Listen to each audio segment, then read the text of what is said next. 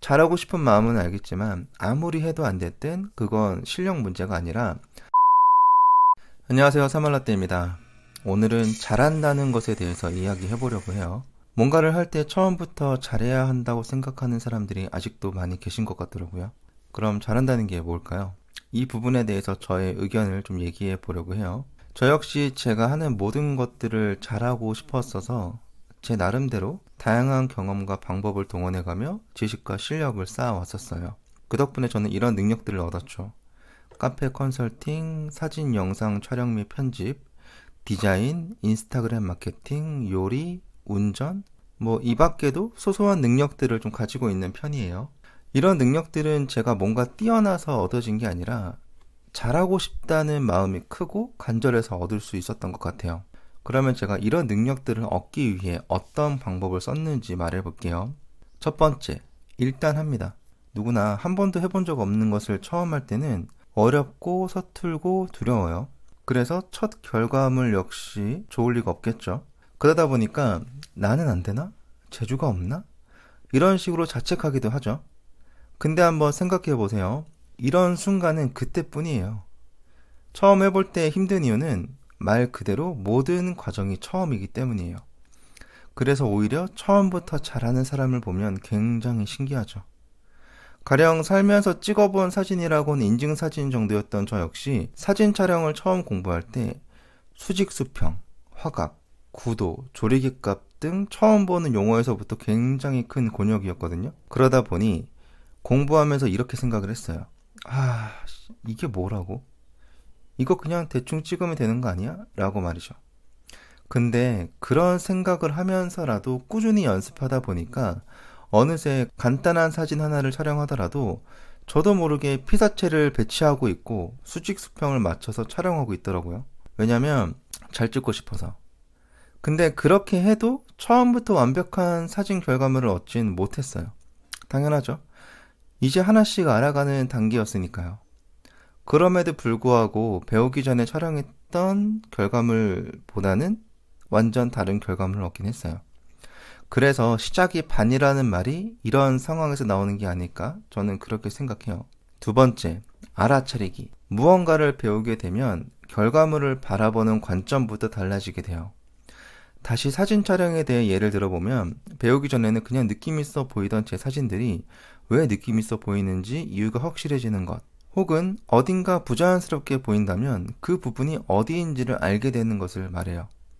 이게 굉장히 중요한데요. 저는 뭔가를 알아차릴 수 있는 단계가 되면 거기서 머물지 않고 그 다음에 행동을 해왔어요.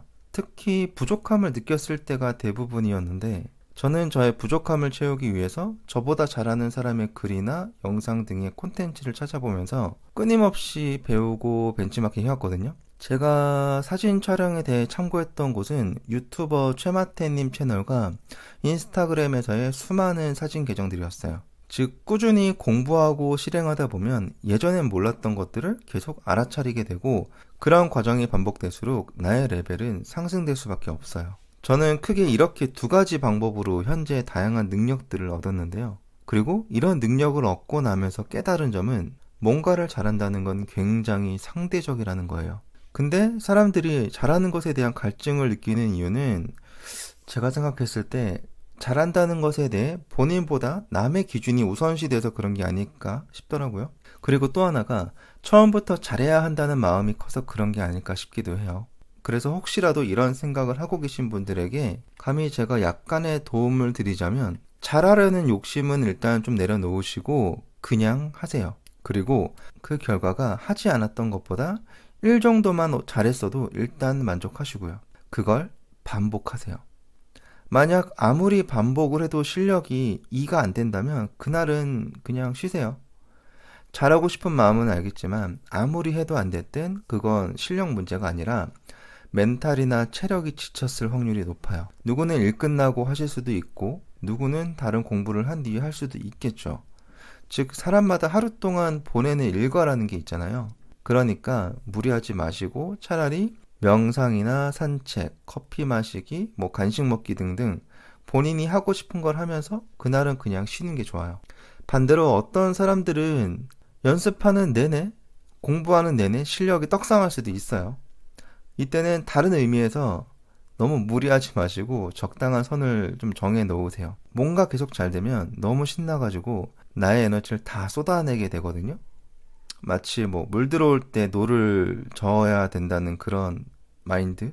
근데 사람도 휴대폰처럼 그날에 사용할 에너지가 좀 정해져 있어요. 그래서 갑자기 무리하게 에너지를 사용하게 되면 다음날 몸살 날 확률이 높아요. 그러니 연습 결과가 좋다고 해서 불나방처럼 뛰어들지 말고 차라리 진행해왔던 과정을 복습하면서 내실을 다지세요. 근데 이렇게 얘기해도 한 번 잘 되면 멈추는 게 힘들긴 해요. 저도 그랬고. 스스로 브레이크를 잡기가 어려우면 그냥 에너지를 다 짜낼 때까지 짜내고 잠을 푹 주무세요. 그리고 가장 중요한 부분이 있는데요. 남의 기준을 크게 생각하지 마세요. 대신에 나의 현재 상태를 먼저 파악하신 후에 그 기준에 맞춰서 차근차근 진행해 나가세요. 잘한다는 건 결국 해보는 경험이 쌓이고 쌓였을 때 얻어지는 보상이거든요. 이 영상이 무언가를 도전하시는 모든 분들에게 도움이 되셨으면 좋겠습니다. 그럼 전 다음 영상에서 찾아뵐게요. 감사합니다.